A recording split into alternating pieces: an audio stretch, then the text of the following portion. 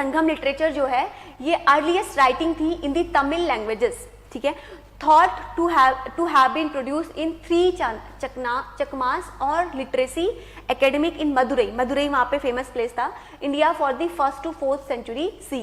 तो संगम लिटरेचर के बारे में पहली चीज आपको पता होना चाहिए, earliest writing in the Tamil languages है, ठीक है। तो देखिए जो बी स्टेटमेंट है वो हमारा एकदम करेक्ट है, बिकॉज देखिए social classification of varna system was known to the Sangam poet, Sangam poet में इस क्लासिफिकेशन का वर्णन नोन था। There is a mention of the arasar king, जैसे हमने पढ़ा था ना ब्राह्मण वैश्य शूद्र किंग, तो ऐसे यहाँ पे देखिए अरासर को हम बोलते थे किंग, उसके बाद वैश्य, वैश्य हमारे क्या होते थे, ट्रेडर होते थे, उसके बाद वेल्लार को हम बोलते थे फार्मर्स, ठीक है।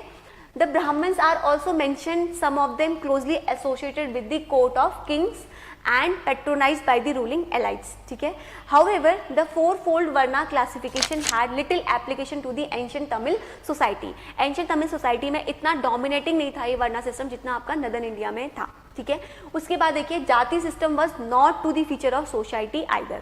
उसका थर्ड स्टेटमेंट जो था आपका वहां पर देखिए वो भी हमारा इनकरेक्ट है। तो संगम पोएम जो है वो प्रेप करते हैं with the warrior ethics, Purana in the Sangam literature are the war poems that deal with the code of outer life of people, speak of public celebration of the feat of the heroes, even the death of hero in the war। तो मैंने आपको बताया यहाँ पर वर्णन किया गया है हीरोज का, वॉर का, इवन यहाँ पे अभी वॉर मेमोरियल भी एस्टेब्लिश होने वाला है जो कि हमने रिसेंट करंट अफेयर्स में भी पढ़ा था, तो यहाँ से इस चीज को ध्यान में रखना है।